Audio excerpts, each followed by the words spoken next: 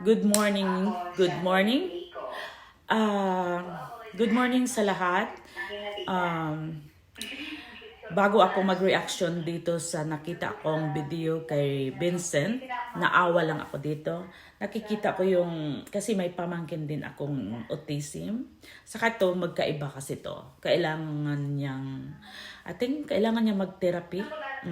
Yun, para yung buto niya mai-straight at kailangan niyang proper physical therapy. Okay. Bago ko re-reactionan o bigyan ng kunting reaction yung kay Vincent Calyada na scout niya na bata at mag-ama na hinusgahan. Okay? Bago dyan, isa-shout out ko muna si Kuya Bal Santos Matubang, Kalinga Prab, ang ating maglangga, Ruel of Malalag, Rachel Morales, and sa mga kasama ko sa Kalingap Watcher, shout out po President Sangkay, sa lahat ng member ng Kalingap Watcher, shout out po sa inyong lahat at magandang umaga sa inyong lahat. Okay po? Shout out din sa iyo, Vincent Calyada. Salamat sa lahat na tulong mo sa mga taong nangangailangan. Isa kang bayani at isa kang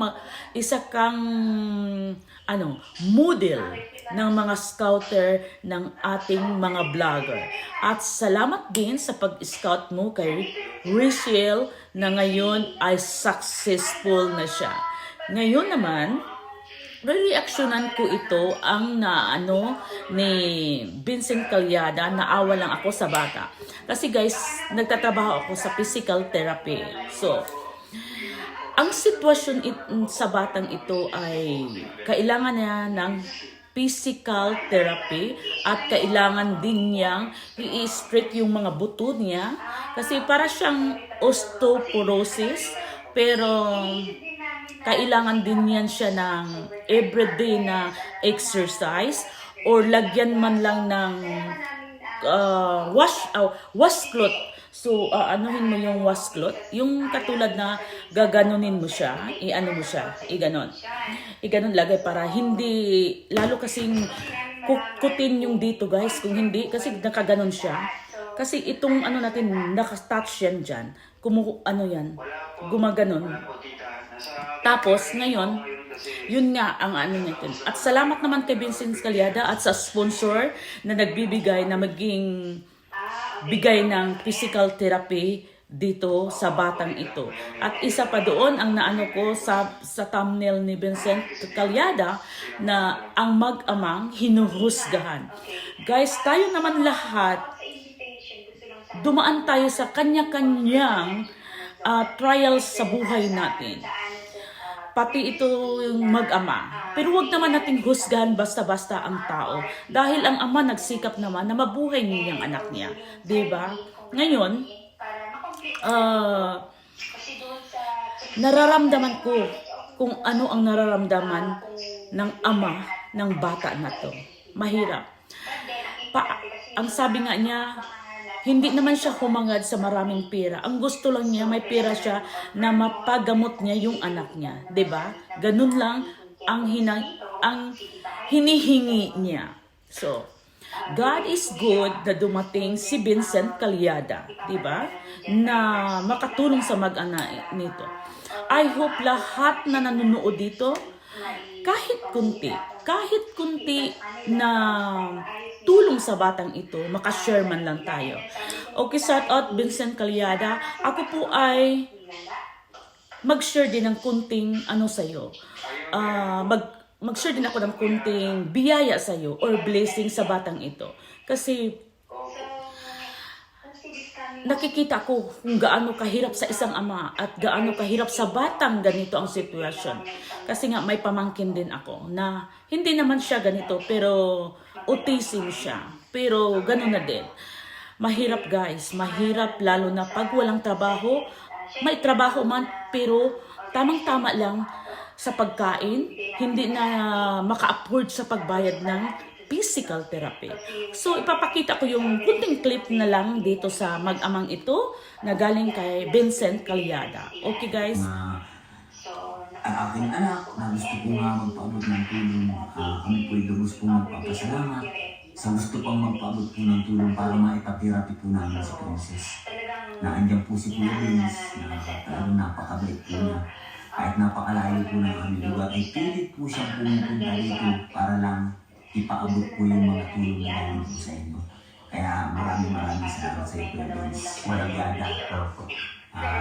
God bless you all po sa lahat na tumulong at tutulong para mo. Mabuhay mo kayo lahat. Pinsin ko yan. Basta tayo, tuloy lang po sa hamon ng buhay. Gawin mo lang po yung tama para sa anak niyo po.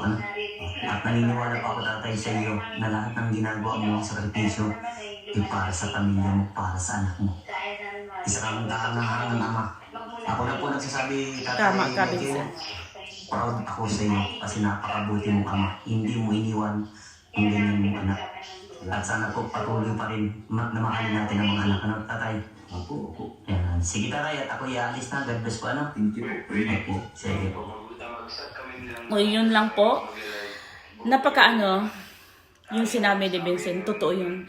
Kahit si Vincent siguro wala pa siyang anak, nararamdaman niya kung paano na may anak na ganun at paano magsikap, di ba?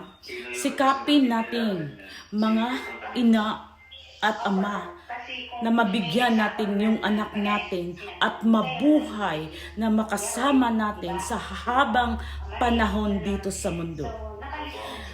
Nagpapasalamat talaga ako sa iyo, Vincent. Ang ganda talaga ng ang ganda ng pananaw mo sa lahat ng natutulungan mo. At sinikap mo din kahit malayo si tatay, pinupuntahan mo.